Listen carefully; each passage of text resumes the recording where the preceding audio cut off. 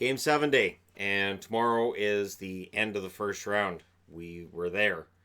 And it means that it's the end of some of the best hockey in the playoffs, to be completely honest. Very often, the first round and the conference finals are your best hockey. Stanley Cup final, sometimes, but more often than not, it's a 4 or 5 game series. In my experience, there have been some 6 and 7, certainly. Second round, I don't know. We'll see how things go. We'll see if we end up with some sweeps, if we end up with some 5 game, or if we end up with a bunch of 7 game series again. And it is game sevens that bring us here today. So let's go ahead and start things off with Toronto and Boston. And if you noticed, I'm wearing a jersey that was created by Geeky Jerseys. It is Scream. The movie where you don't know who the killers are, and then it turns out there's multiple killers in first, second, and third. And by the time they hit the third movie, it's not as good as the first two. Now, Toronto and Boston, this third series, I think has been the most intriguing of the three. So see, there is a tie-in between Scream and Toronto and Boston. And if you ask different people, there are different villains. And since both of these series have been all about bloodshed and hatred, I figured, well, the Scream jersey works. And then that way nobody can say anything about hockey powers because, it's all fine. Now, in Game 7's all-time, Toronto has 12 wins and 11 losses. Boston has 14 wins and 12 losses. In terms of their three most recent, they crossed paths twice. Of course, April 25th, 2018, 7-4 win for Boston. And then May 13th of 2013, a 5-4 win in overtime for Boston, again against Toronto. April 25th, 2012, Boston lost in overtime against Washington in a Game 7. So my experience watching the Boston Bruins in Game 7s has been a mixed bag. And I understand that for Toronto fans, it has been a tough haul, and now it's the third time in a row they play Boston and it goes to 7. Now, people look back at the 2013 team, but that was a collapse by James Reimer. They talk about last year, that was a horrible game for Jake Gardiner. In both cases, they were games that could have been won by the Toronto Maple Leafs. And that's what gets lost in all this. People look at the result and they go, Toronto sucks, they lost, they're this, they're that. The reality is that Boston was vulnerable in both games, and Toronto let them off the hook. So tonight, Toronto has to come out, play their game, and not let them off the hook. That's what Toronto has to do if they have a chance. And for Boston, play better. Notice both of these Game 7s, they allow 4 goals. You can't keep doing that. Now, scoring leaders in this series, on the Toronto side, Matthews with 5 goals and an assist. Morgan Rielly, a goal and 4 assists. Marner, 2 goals, 2 assists. Tavares, 1 goal, 3 assists, and Janssen has a goal and 3 assists as well. On the Boston side of things, Marchand, 4 goals, 5 assists. Pastrnak, 2 goals, 4 assists. Krejci, 2 goals, 2 assists. Bergeron also has 2 goals and 2 assists. And Krug has a goal and 3 assists to round things out for Boston. Freddie Anderson, 925 save percentage. Tuukka Rask, 921 save percentage. We'll notice that Anderson's played every minute. And the whole thing about the backup goalie really hasn't mattered. Now, Toronto won Game 1 in Boston. They won Game 5 in Boston. And one thing that was said yesterday on Tim and Sid by John Shannon is he has a hard time believing Boston can lose 3 out of 4 at home. I can see the logic in that. The problem is in these playoffs, home ice advantage really hasn't meant a whole lot. In Game 7s, traditionally, it does. But I could see Toronto winning this one in the 7th game. Game 7s are the best hockey, the most intense, and they are kind of a crapshoot. Again, this is why I'm not, selling out Toronto and saying, they're not good enough, because they are. They had Boston down 3-2, let them off the hook in Game 6. Now, if Toronto's going to prove themselves and prove that this team is better than last year, they have to win this one. And for Mike Babcock's job, he may have to win this one too, because this would be 3 straight losses in the first round, And in Toronto, the expectations are a lot higher. And with Dubas and Babcock rumored to be at each other's throats at times, maybe not totally. It seems like more of a passive aggressive than anything else. But if they don't share the same philosophy, um, and Toronto comes out tonight and they lose in Boston, Kyle Dubas could say, you know what? This team's built to win, but the guy I have behind the bench is not able to coach the team I've put together. He is geared towards some different team that's put together completely differently. And then Babcock's out of work for about 5 minutes till somebody else hires him. He has worked some magic in Toronto. I get why people are frustrated with him, but he's been good. And on the Boston side of things, if they lose tonight, I don't foresee a whole lot of changes. Bruce Cassidy would definitely keep his job, in my opinion. I don't think they make any changes in goal. I don't think there's any big changes on the blue line or up front. I think Boston's still on a pretty good track. I know a lot of people look at them and say that they're old. I mean, if you look, though, their leading scorer is Brad Marchand with 4 goals, 5 assists. I think he still has got 0 penalty minutes. Pasternak, 2 goals, 4 assists, and he's young. So that's 2 guys right there that are still in their prime. Krejci is slowed down. Bergeron, as long as he can stay healthy, he can still play well. And Krug is still young. So the perception that Boston's an old team and they're going to pass on and just, stop being competitive in a year or two, I don't see that. I think there may be a bit of a downswing after this year if they go out in the first round. But that's just how the league works. It is difficult to stay at or near the top for year upon year upon year. So we'll see. But this should be a fun game full of hate. The hate has dropped in the San Jose Vegas series.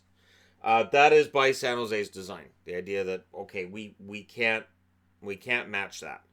We can't match the Reeves-Carrier vibe on our team.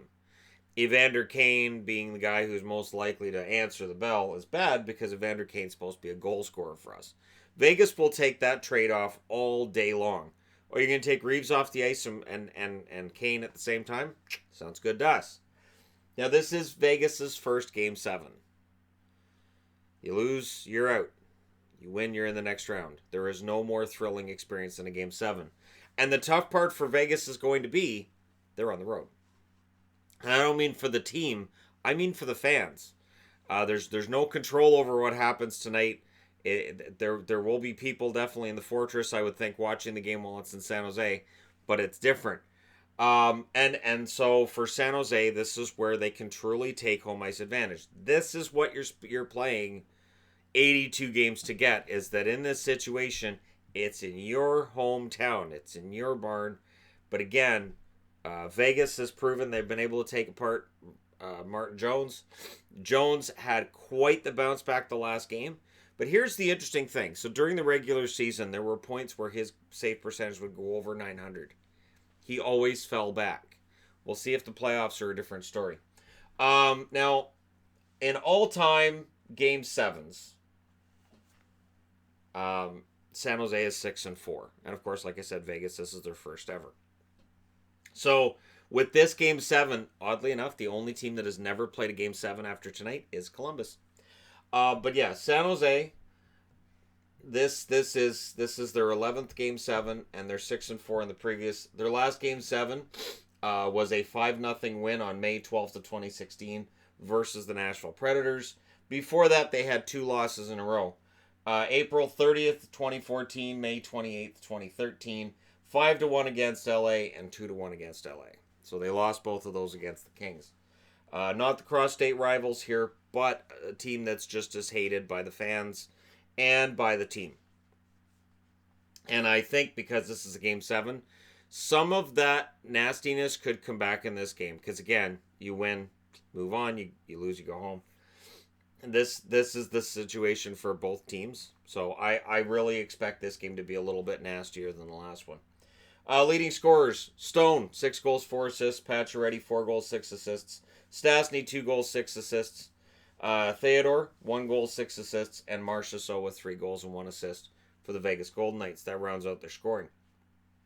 Vegas needs their first line to be their first line. They need Carlson, Smith, and Marchessault to really step forward.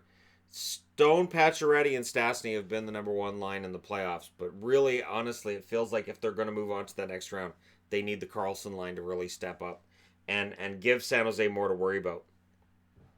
On the San Jose side, Erik Karlsson leads them in scoring with 7 assists. Played great in Game 6 and played a lot in Game 6. Hurdle, 5 goals and 1 assist. He, of course, is a hero right now with San Jose. If he could get another goal tonight, and if he scores them a winner, he's a legend at that point for San Jose. Couture, 4 goals, 2 assists. Pavelski, 2 goals, 2 assists. Thornton, 1 goal, 3 assists. And Kane with 1 goal, 3 assists. I had to laugh the other night when they were talking about Pavelski, and they said he's been leading quietly in this series. And they said, of course, he's been leading quietly because he had some teeth knocked out. Absolutely one of my favorite things I've heard in a playoff series in a while. And it's true, between Couture and Pavelski, and you start wondering, so is there something about San Jose Sharks getting hit in the face? Is there just something to do, like, is San Jose an argument in favor of putting their team in the cages? So, like the full face cages, would the San Jose Sharks be in favor of going in that route? Or going that route? I didn't have to say in. That's not, we don't need that there. But it's one of those things, and it is something that's kind of interesting. Where, that it is weird to me that you wear all the equipment to protect your shoulders, your knees, your ankles, and everything. Your face, nah, just leave that out there. Even the shields, the visors that they wear, they've started tilting them back so they don't cover their eyes. If your visor doesn't cover your eyes, it's a sunshade. It's not doing anything. There's nothing, it doesn't help. I find it so weird. And they were cracking down on it at one point. Not anymore. Now you see guys all the time with the visor up here. And why? What is it doing for you? Nothing. It's just, well, we got to wear a visor. This is why when people say, well, you should let the players police themselves and don't worry about all the equipment changes and safety. Players will look out for their own safety. No, they won't. Absolutely won't. And I raised teenagers, and they don't. What were you doing? What made you think that was a good idea? And then professional athletes on skates, they make some iffy decisions too. Now, so with San Jose, we're looking at a team that's kind of beat up, and yet they're going to have that emotional high of being at home. I think the first 5 minutes of this game are going to tell quite a story. Marc-Andre Fleury, 912 save percentage for San Jose. Martin Jones, 906 save percentage in the series. Aaron Dell has an 861. So there's a large story here in net. And for Marc-Andre Fleury in Game 7, we'll see how things go. Can Martin Jones replicate the magic of Game 6? Because San Jose had no business winning that game, and I'm not trying to say that they did, but the fact they won it, now they come home, they just have to go out and play their game. They had an excellent home record during the season, and they're 2-1 at home so far in the playoffs, so it's really on them whether or not they're going to pull this one out. Now, 1994, 2011, and 2014 had a record of 7 Game 7s.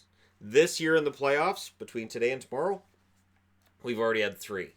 So there's 15 series.